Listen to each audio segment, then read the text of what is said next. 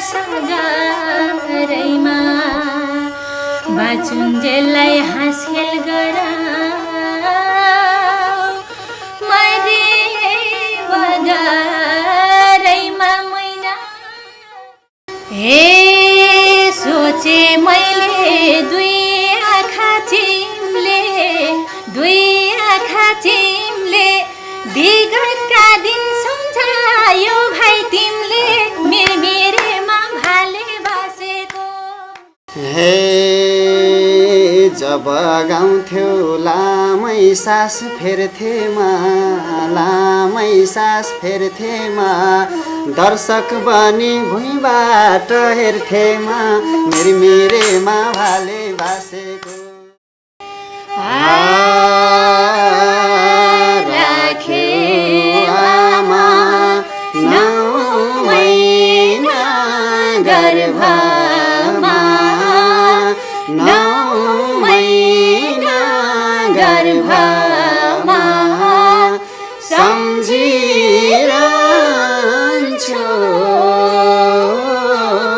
चाड पर्वमा रोज्दै हिँड्छु बन पाखामा आमा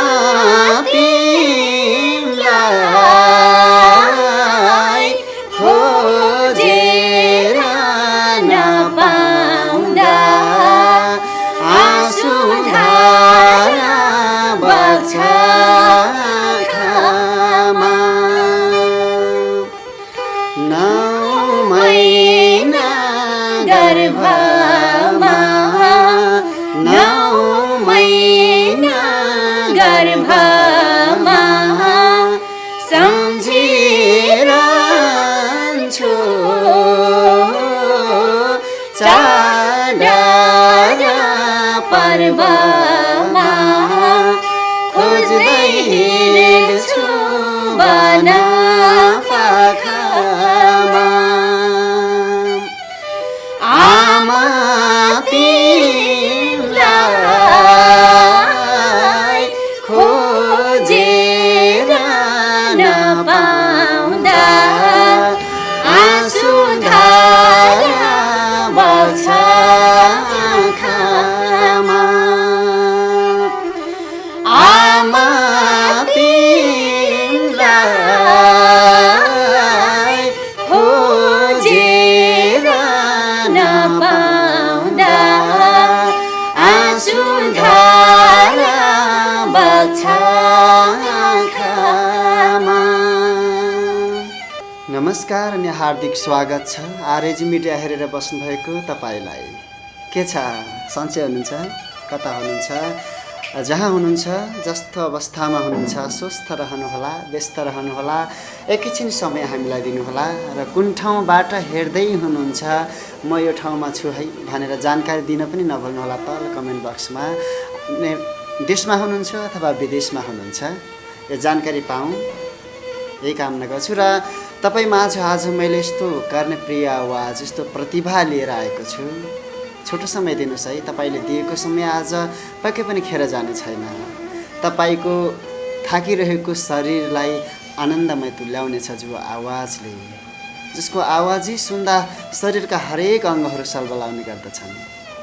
तपाईँ रोइरहनु भएको छ भने हँसाउने र हाँसिरहनु भएको छ भने रुवाउने, यही नै हो सङ्गीत, होइन र? हजुर, आज हामी माझ हुनुहुन्छ गुरबाकोट नगरपालिका वार्ड नम्बर 9 दाप्चा सुर्खेतमा बुवा राम घरती र आमा चमेली घरतीको कान्छो सुपुत्रीको रूपमा जन्मिनुभएकी करिश्मा घरती मगर, 5 बहिनीको अन्तिम सन्तानको रूपमा जन्मिनुभएकी करिश्मा घरती मगर हुनुहुन्छ। उहाँलाई कार्यक्रममा स्वागत गर्छु। दिदी नमस्ते, स्वागत छ। धन्यवाद। के छ हिजो आज केमा व्यस्त हुनुहुन्छ? ठिकै छ, अलिअलि तीज आइरहेको छ। तीज पनि आइरहेको छ, नजिकै छ है। हजुर। गीत गाउँदै हुनुहुन्छ? गीत गाइ। यस्तो मिठो आवाज छ। जब तपाईँले, हुन त हामी एउटै जिल्लावासी पनि हौँ, मैले दिदीलाई सुर्खेतमै चिन्थेँ, दूरबाट टाढाबाट चिन्थेँ। दिदी जब स्टेजमा गाउनुहुन्थ्यो म तल दर्शक भएर ठुलो हेर्थेँ, यस्तो मिठो गीत कसरी गाउनुहुन्छ होला भन्ने आफैभित्र धेरै अनेकौँ प्रश्न पनि उब्जिन्थ्यो ममा।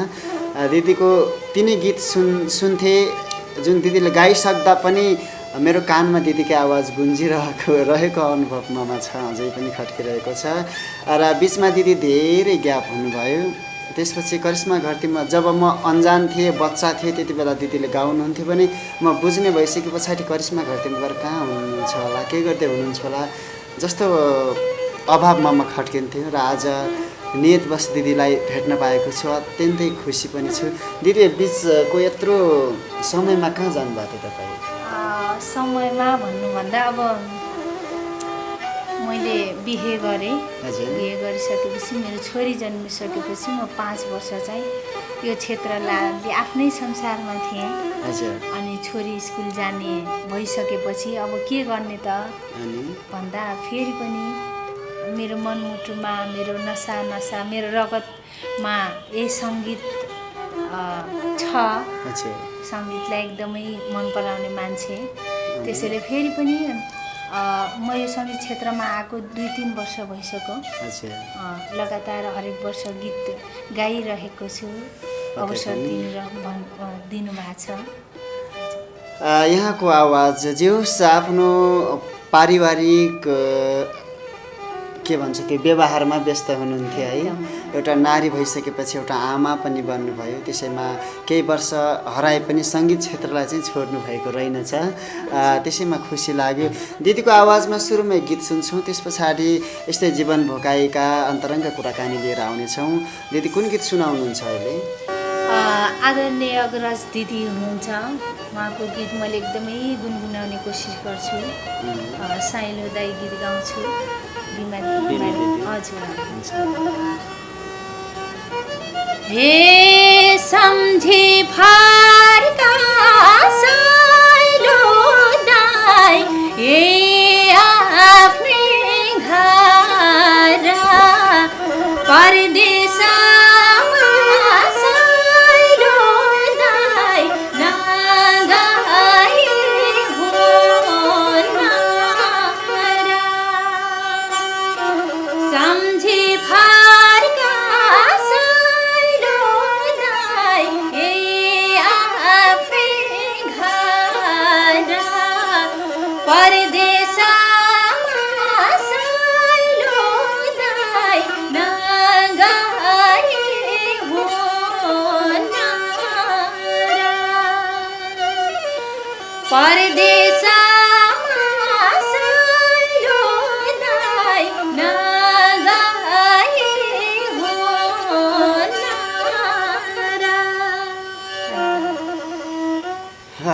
जिरिङ्ग मुटु हुन्छ यहाँको आवाज सुन्दाखेरि। परदेशमा साइलो दाई नगई हुन्न र यता पनि पियानो साइलो सारङ्गीमा हुनुहुन्छ।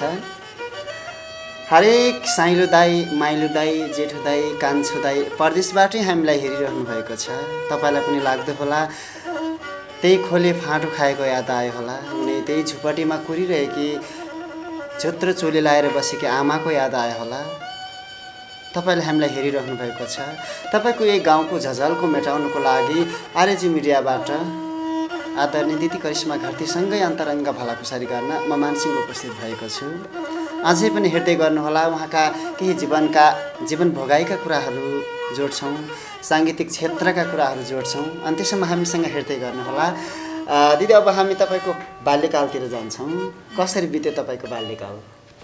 बाल्यकाल मेरो एकदमै दुःखदायी भनौँ। हजुर।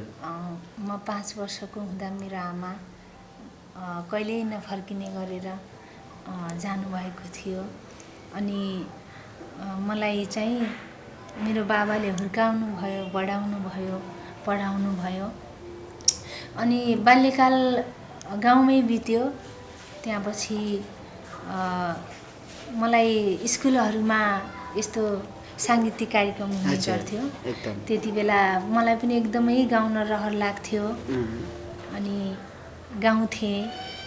मैले गाइसकेपछि अब सायद मेरो स्वरलाई मन पराएर होला मेरा साथी सङ्गी साथीभाइहरू र स्कुलका सरहरूले एकदमै गाउन गाउनुपर्छ है भनेर मलाई एकदमै हौसला दिनुहुन्थ्यो। त्यहाँबाट मैले सुरु गरेको हो। 2061 सालमा जिल्ला स्तरीय दोहोरी गीत प्रतियोगिता भएको थियो वीरेन्द्रनगर सुर्खेतमा। त्यति बेला सङ्गीतको स थाहा थिएन मलाई। गाविस सहारे गाविसको प्रतिनिधित्व महिला म बनेर गएको थिएँ। अनि हजारौँ टिमहरू थिए। सङ्गीतको बारेमा केही थाहा थिएन, तर त्योमा दोहोरी गीत गाएँ। अनि त्यत्रो भिडमा चाहिँ म उत्कृष्ट गायिका भनेर सम्मान भएको थिएँ पहिलो पटक। एकदम त्यहाँ पछि पनि मलाई यो क्षेत्रमा केही गर्ने हौसला मिल्यो। भनेपछि अब ताती गर्दै ती मेलापात गर्दै गर्दा घाँस दाउरा गर्दै गर्दा पानी पँधेरो गर्दै गर्दा गुनगुनाउने त्यो आवाज वीरेन्द्रनगरको ठुलो जिल्ला स्तरीय कार्यक्रममा महोत्सव नै लाग्थ्यो क्यारे त्यो बेला मैले सुन्थेँ होइन। रेडियोमा धेरै प्रचार भइरहन्थ्यो त्यो बेला मलाई पनि याद छ। म जान पाएको थिएन, म सानै थिएँ त्यो बेला पनि। उति बेला त धेरै जिल्लाहरूबाट जान्थेँ क्यारे होइन कम्पिटिसनको लागि। उत्कृष्ट पाउनुभयो। त्यो बेला जुन तपाईँले गाएको गीत याद छ? दोहोरी गीत हो त्यस्तो। चलन चल्तीको दोहोरी। चलन चल्तीको दोहोरी। छोटो दोहोरी खेलौँ न त दुई भाइले है। हे सोचे मैले दुई आँखा चिम्ले विगतका दिन सम्झायो भाइ तिमीले मिरमिरेमा भाले बासेको सपनीमा झझालको आइरहन्छ विपनीमा तिमी हाँसेको दुई आँखा चिम्ले विगतका दिन सम्झायो भाइ तिमीले मिरमिरेमा भाले बासेको सपनीमा झझालको आइरहन्छ विपनीमा तिमी हाँसेको सपनीमा झझालको आइरहन्छ विपनीमा तिमी हाँसेको। हे जब गाउँथ्यो लामै सास फेर्थेमा दर्शक बनी भुइँबाट हेर्थेमा मिरमिरेमा भाले बासेको सपनीमा झझल्को आइरहन्छ विपनीमा तिमी हाँसेको लामो सास फेर्थेमा दर्शक बनी भुइँबाट हेर्थेमा मिरमिरेमा भाले बासेको सपनीमा झझल्को आइरहन्छ विपनीमा तिमी हाँसेको सपनीमा झझल्को आइरहन्छ विपनीमा तिमी हाँसेको।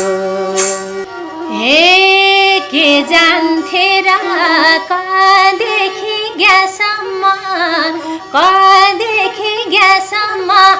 गाउँदै हिँडी पुग्या छु यहाँसम्म मिरमिरेमा भाले बासेको सपनीमा झझल्को आइरहन्छ विपनीमा तिमी हाँसेको कदेखि ग्यासम्म गाउँदै हिँडी पुग्या छु यहाँसम्म मिरमिरेमा भाले बासेको सपनीमा झझल्को आइरहन्छ विपनीमा तिमी हाँसेको सपनीमा झझल्को आइरहन्छ विपनीमा तिमी हाँसेको। हे भेट्न पाउँदा क्या खुसी भाछुमा तिम्रै पाइलो पछ्याउँदै आछुमा मिरमिरेमा भाले बासेको सपनीमा झझल्को आइरहन्छ विपनीमा तिमी हाँसेको क्या खुसी भाछुमा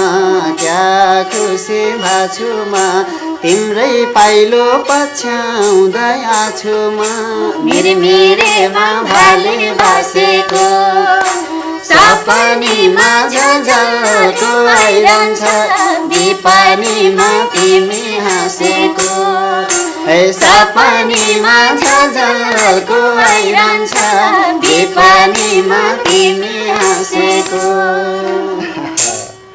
सपनीमा झझल्को आइरहन्छ विपनीमा तिमी हाँसेको अझै झझल्को आउँदो है दिदी यसरी दोहोरी गाएको एकदमै धेरै आउँछ यिनै भाकामा दोहोरी गाएर सर्वोत्कृष्ट दोहोरी गायिकाको पुरस्कार पनि यहाँले पाउनु भएको थियो जुन विगतको कुरा सम्झ्यौँ त्यति बेला जुन तपाईँलाई सङ्गीत क्षेत्रमा हिँड्नुपर्छ है त्यसपछि त तपाईँलाई अरूले चिन्नुभयो होला है जुन त्यति बेला तपाईँ अनजान हुनुहुन्थ्यो तर आफूलाई भगवान्ले दिएको वरदान होइन प्रस्फुटन गर्नुभयो मसँग यति खुबी छ भन्ने पनि थाहा थिएन होला सायद त्यो बेला मेलापातमा गाइन्थ्यो पूजाआजामा हजुर त्यति बेला तपाईँले सङ्गीत क्षेत्रमा निरन्तर लाग्नुपर्छ है भन्ने प्रेरणा कसले दिएको थियो त्यति बेला चाहिँ म पढ्ने स्कुलमा चाहिँ पढाउनु हुन्थेन अर्को स्कुलमा पढाउनुहुन्थ्यो अमर विक सर भन्ने उहाँ पनि एकदमै बहुप्रतिभाको धनी हुनुहुन्छ म एकदमै सम्झिरहेको छु उहाँलाई सम्मान गर्छु अनि उहाँले चाहिँ हरेक कार्यक्रमहरूमा मलाई एकदमै साथ दिनुहुन्थ्यो जानुपर्छ भनेर त्यहाँ पछि चाहिँ उहाँले साथ दिएपछि चाहिँ म हरेक गाविस होस् या नेपालगञ्ज खजुरा बाँके हरेक ठाउँमा जति पनि कार्यक्रम हुन्छ मैले महिला नेतृत्व गर्थेँ उहाँले चाहिँ केटा पछिबाट लिड गर्नुहुन्थ्यो त्यसरी जान्थ्यौँ धेरै ठाउँ उत्कृष्ट गायिका भएँ विशेष गरेर दोहोरीमा खासै त्यति गाउँदैन म एकल गीतहरूमा त्यसरी चाहिँ एकदमै प्रथम दोस्रो तेस्रो उत्कृष्ट तिजहरूका एकल तिज गीतहरूका प्रतियोगितामा चाहिँ धेरै धेरै एकदम तपाईँको आवाजले पनि बताउँछ विशेष गरी सृजनशील युवा क्लब मेहलकुनाले आयोजना गरेको कार्यक्रममा मैले तपाईँलाई बारम्बार त प्रत्येक वर्ष देख्ने गर्थेँ होइन मेहलकुनामा जुन मेरो जन्म गाविस पनि हो त्यसैले देख्न पाएँ होला त्यो बेला पनि धेरै विशेष गरी पुराना गीतहरू एकल टाइपका गीतहरू गाउनुहुन्थ्यो यहाँले मलाई अझै याद छ यहाँले गाएका गीतहरू हामी सुरुवातमा पनि गाएका थियौँ विशेष गरी बिमा कुमारी देउराको गीत गाउनुहुन्थ्यो यहाँले अब भने हामी गन्थन मन्थन भन्दा पनि गीतै सुन्नतर्फ लाग्छौँ एउटा गीत सुन्छौँ है अब भने म पहिला धेरै स्टेजहरूमा गीत गाउँथेँ हजुर सुर्खेतमा बागिना क्लब छ बागिना समूह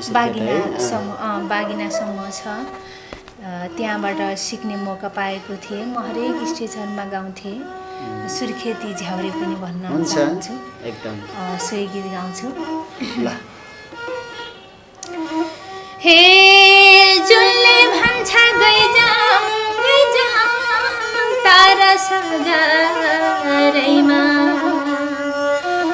जुनले भन्छ गइजाम तारा सागरैमा बाचुन्जेललाई हाँसखेल गरा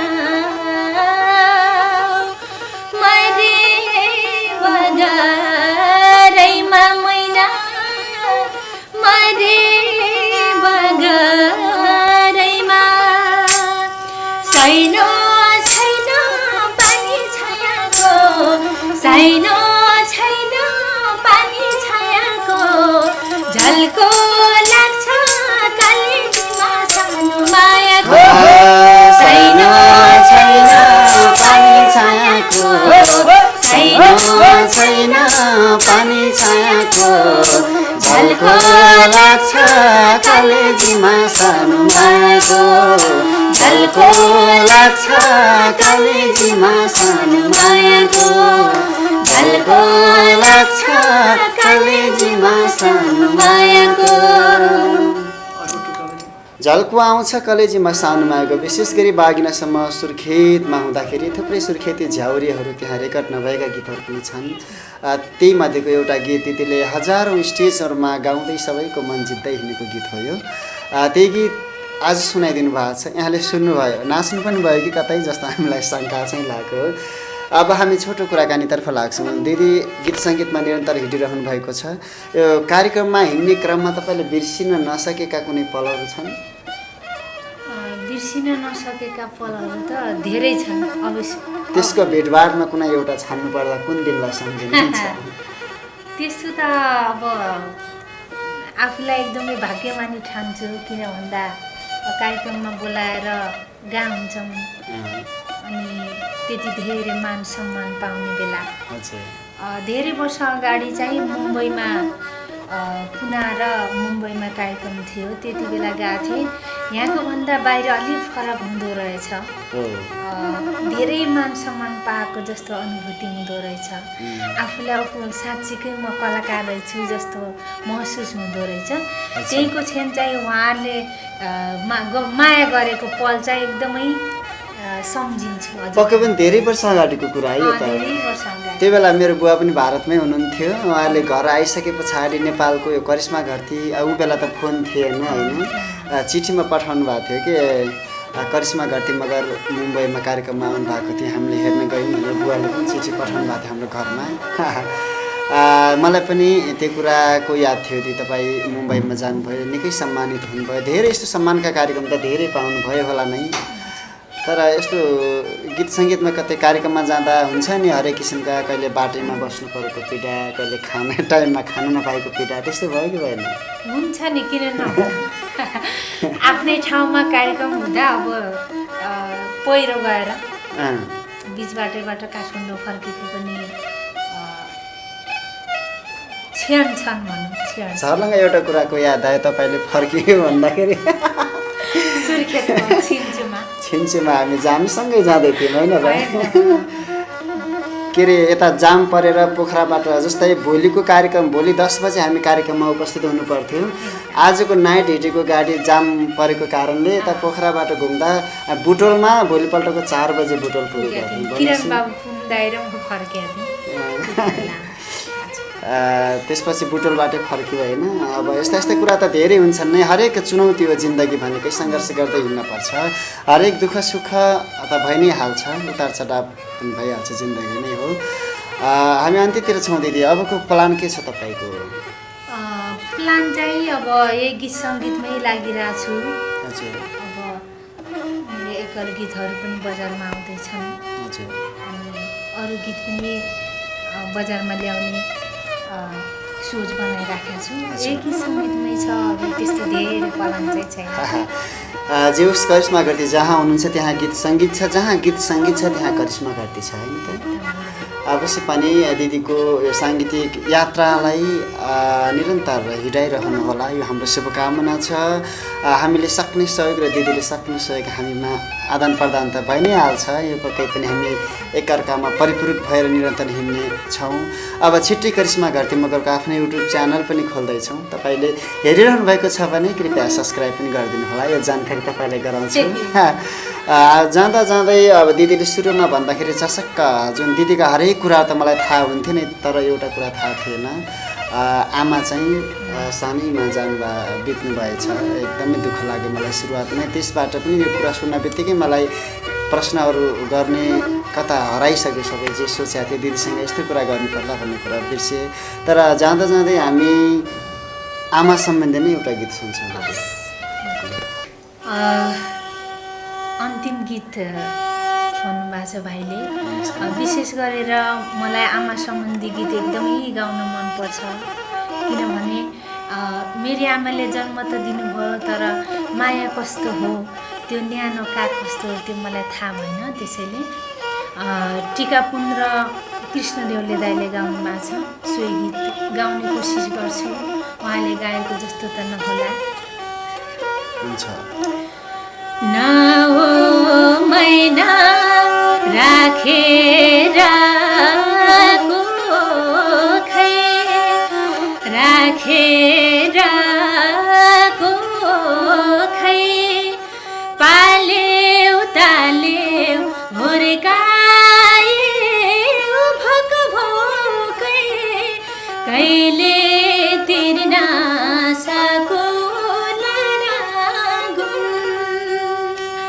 यो संसारमा भगवान छन् भने जन्म दिने मेरी आमा हुन्। राखेर कोखै राखेर कोखै पाल्यौ ताल्यौ हुर्कायौ भोकै कहिले तिर्न सकुला यो संसारमा भगवानै छन् भने जन्म दिने मेरी आमा यो संसारमा भगवानै छन् भने जन्म दिने मेरी आमा। पक्कै पनि यो संसारमा भगवानै छन् भने जन्म दिने मेरो आमा हुन्। झलक्क आमाको याद दिलाइदिनु भयो। दिदीको यो आवाज कता कता मुटुको भित्री कुनामा टच हुन पुग्यो। साह्रै आभारी छु दिदीको यो आजको उपस्थितिले गर्दाखेरि। तपाईँले पनि हामीलाई हेरिरहनु भएको छ होला, आफ्नो जन्मदिने आमालाई सम्झिरहनु भएको छ होला। पक्कै पनि भन्ने गरिन्छ नि, यदि कसैले माया गर्छ नि, स्वार्थ माया गर्छ भने त्यो माया मात्र आमाको हो। यो जानकारी तपाईँलाई गराउँछु। दिदी भेनाजुले त यो क्षेत्रमा सपोर्ट गरिरहनु भएको छ है? एकदमै फ्यामिलीबाट धेरै सपोर्ट। एकदमै आमाको माया कस्तो हो के हो थाहा नपाए पनि भेनाजीको र आमा जस्तै सासु आमा पनि हुनुहुन्छ।